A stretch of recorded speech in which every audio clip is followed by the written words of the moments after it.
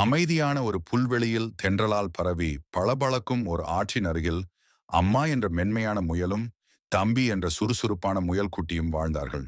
அரை பொழுதில் கடந்து வரும் காலை ஒளியுடன் அவர்கள் இருவரும் கைப்பந்தல் தொட்டியில் நிறைந்த வண்ணமயமான துணிகளை எடுத்துக்கொண்டு ஆற்றின் கரையை நோக்கி புறப்பட்டு விடுவார்கள்.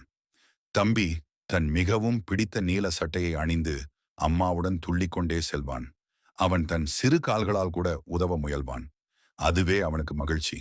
அம்மா, நம்ம கூடையெல்லாம் இங்கேயே ஊற வைக்கிறது ஏன் என்று பெரும் கண்களுடன் கேட்டான்.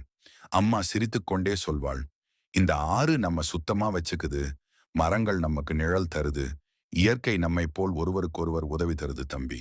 அவர்கள் ஒரு பெரிய வெப்பமுள்ள கல்லில் உட்கார்ந்து துணிகளை ஊற வைத்து துடைத்து சில்லென்று சிரித்துக்கொண்டே விளையாடுவார்கள்.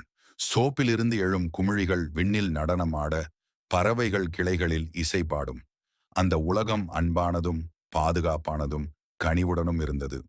ஒரு நாள் தம்பி ஒரு பட்டாம்பூச்சி நீரில் தவித்துக் கொண்டிருப்பதை பார்த்தான். சொல்லாமலேயே குதித்தான். அதை மெதுவாக தன் சிறு தோள்களில் தூக்கி கொண்டு மலர் மீது வைத்தான். அம்மா அதை பார்த்து பெருமையுடன் சிரித்தாள். நீ பெரியவன் தம்பி, யாராவது உதவிக்கு ஆசைப்படுறதை கண்டாலே நீ கை கொடுக்கிற அளவுக்கு அன்புள்ளவன்டா என்று சொல்லி கட்டிப்பிடித்தாள். அந்த நாள் முதல் அந்த புல்வெளியில் அனைவரும் தம்பியை அன்பும் மரியாதையும் கொண்ட முயல்குட்டி என்று அழைக்கத் தொடங்கினார்கள். அவன் ஒரு பாசமிக்க மகனாகவும் கருணைமிக்க உயிராகவும் இயற்கையை நேசிக்கும் மொழியாய் வாழ்ந்தான்.